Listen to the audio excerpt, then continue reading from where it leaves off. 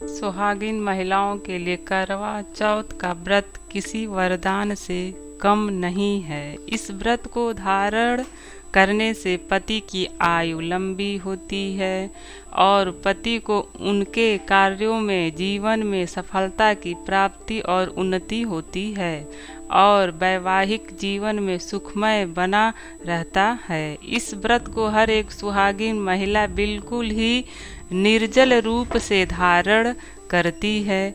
कार्तिक मास की कृष्ण पक्ष की चौथी तिथि को करवा चौथ व्रत सुहागिन महिलाएं इस व्रत को धारण करती हैं।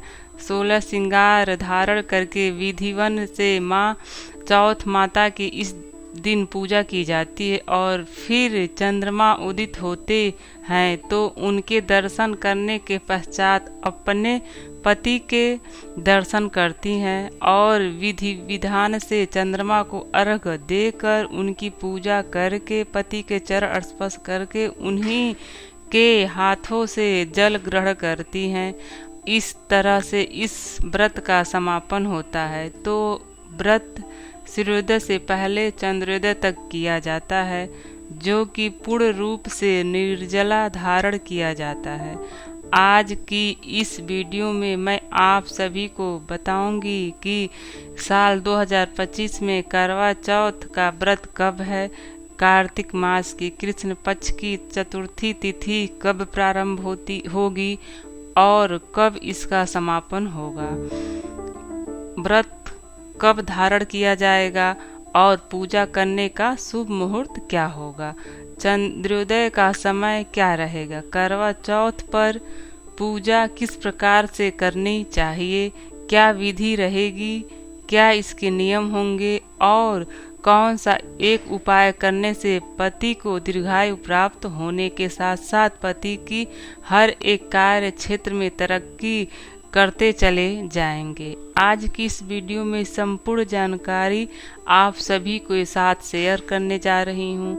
तो इस वीडियो को सबसे पहले तो लाइक कर दीजिए, कमेंट सेक्शन में जय करवा चौथ माता जरूर लिख दीजिए।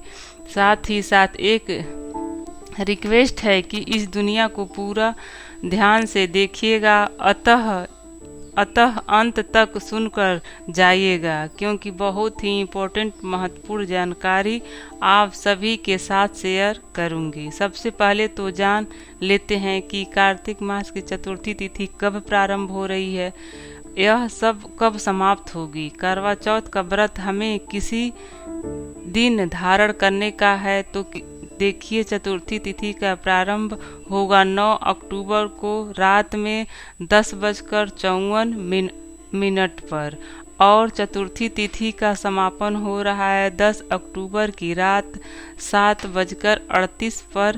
तो सूर्योदय कालीन तिथि 10 अक्टूबर को हमें प्राप्त हो रही है, इसलिए 10 अक्टूबर 2025 को सूर्योदय कालीन तिथि के अनुसार करवा चौथ का व्रत धारण कर लीजिएगा और 10 अक्टूबर को शुक्रवार का दिन रहेगा, जो कि माँ लक्ष्मी का सबसे प्रिय दिन है। और कोई भी व्रत जब भी हम धारण करते हैं तो उसके दिन से एक दिन से पहले ही शुद्धता का ध्यान रखा जाता है, मतलब शुद्धिकरण इत्यादि एक दिन पहले से ही नियम लागू हो जाते हैं। तो ऐसे में 9 अक्टूबर 2025 को ही अब नहाए खाए करेंगे, जैसे कि बाल वगैरह धोना, शुद्ध सात्विक भोजन ग्रहण करना। ठीक है। अब कई सारी मेरी बहनें पूछेंगी कि 9 तारीख को तो गुरुवार है, तो इस दिन हम बाल कैसे धोएं। तो देखिए, फिर से कहूँगी कि वार से बड़ा त्योहार होता है, तो ऐसे में आप गुरुवार के दिन बाल धो सकते हैं। और यह बात शास्त्रों में भी वर्णित है कि वार से बड़ा त्योहार होता है। जब भी कोई बड़ा व्रत होता है तो इस प्रकार के जो वर्ष भर में एक बार व्रत या त्योहार आते हैं तो उस व्रत के नियम का पालन करना अत्यंत आवश्यक होता है। तो ऐसे में वार का ध्यान नहीं रखा जाता है, मतलब आपको उसी व्रत के नियम के अनुसार पालन करना चाहिए जो व्रत आप धारण करने वाले हैं। तो ऐसे में करवा चौथ से एक दिन पहले अगर गुरुवार भी पड़ जा रहा है तो भी आप सभी बाल धो सकते हैं, कोई समस्या नहीं हो सकती है। अब बात करते हैं करवा चौथ के दिन शुभ मुहूर्त के बारे में। तो देखिए, करवा चौथ के दिन सूर्योदय काल का समय सुबह 6:25 पर और सूर्यास्त जो समय है वह शाम को 6:09 पर होगा। ब्रह्म मुहूर्त समय 4:49, सुबह 5:37 तक ब्रह्म मुहूर्त रहेगा। ऐसे में आप सभी इस समय स्नान करेंगे और अब बात कर लेते हैं कि सरगी कब खाएं। तो देखिए, सरगी खाने के लिए आपको 4 बजे से लेकर 5 बजे का तो जो मुहूर्त है वह सबसे शुभ मुहूर्त है। इस समय आप सरगी इत्यादि कर सकते हैं। करवा चौथ के दिन अमृतकाल का समय जो रहेगा वो दोपहर में 3:21 से 4:47 तक रहेगा। और अब मैं आप सभी को बताती हूँ कि करवा चौथ पूजा का जो शुभ मुहूर्त है वह कब रहेगा। तो देखिए, कई स्थानों पर दोपहर में पूजा होती है। तो ऐसे में जो दोपहर में अमृतकाल आपको प्राप्त हो रहा है, इस समय आप पूजा आराधना कर सकते हैं। वैसे करवा चौथ की जो विशेष पूजा होती है वह शाम के समय ही की जाती है, यानी कि प्रदोष काल में, और शाम की पूजा का शुभ मुहूर्त आपको प्राप्त हो रहा है।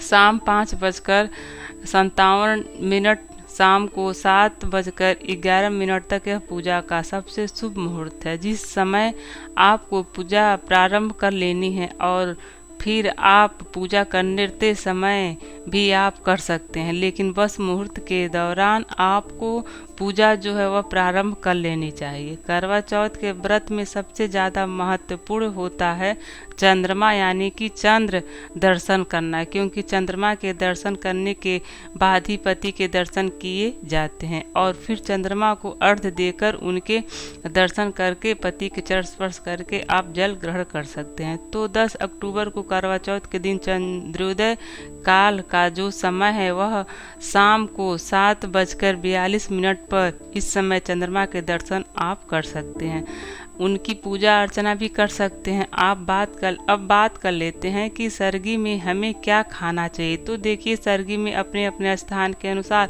अलग अलग विशेषताएं होती हैं।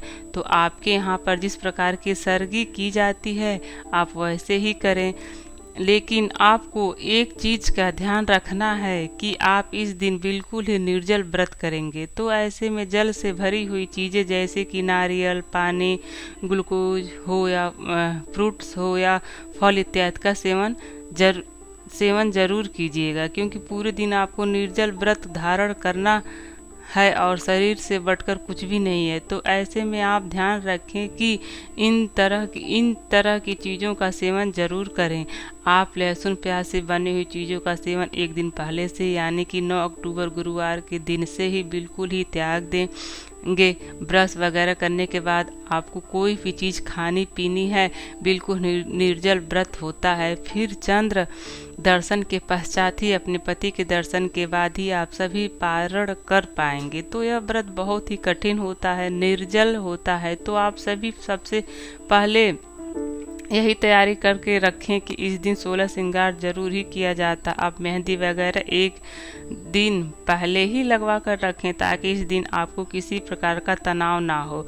कई बार पहली बार व्रत करने वाली महिलाएं उत्साह के कारण सरगी ग्रहण करना भूल जाती हैं, जबकि बिना सरगी खाए व्रत अधूरा माना जाता है। तो आप सूखे मेवे फल इत्यादि सरगी में जरूर ही ग्रहण कर लीजिएगा, क्योंकि करवा चौथ का व्रत निर्जल रखा जाता है। लेकिन गर्भवती महिलाओं या फिर बीमार महिलाओं को इस व्रत में जल फल और दूध ग्रहण करने की पूरी छूट होती है। व्रत के दिन कैंची, सुई, चाकू जैसी नुकीली वस्तुओं का उपयोग करने से आपको बचना होगा, और मान्यता है कि इन चीज़ों का उपयोग करने से व्रत का फल कम हो जाता है। तो यह भी ठीक है। आज की जानकारी अगर आप जानना चाहते हैं कि करवा चौथ पूजा में विधि क्या रहेगी, इस व्रत को रखने से सबसे पहले सरगी में हम क्या क्या खाएं और चीज़ें शामिल कर सकते, व्रत के नियम क्या हैं, सांस की थाली कैसे तैयार की जाती है। संपूर्ण जानकारी अगर आपको भी डिटेल में जानना है तो करवा चौथ में हमें क्या खाना चाहिए, क्या नहीं खाना चाहिए, क्या खाने से व्रत खंडित हो जाता है, अगर आप यह सब जानना चाहते हैं और करवा चौथ के दिन हमें क्या खरीद कर अपने घर लाना चाहिए, क्या शुभ होता है, क्या अशुभ होता है, मासिक धर्म में आप व्रत कैसे करें, क्या जानना चाहते हैं तो हमें कमेंट सेक्शन में ज़रूर बताएं।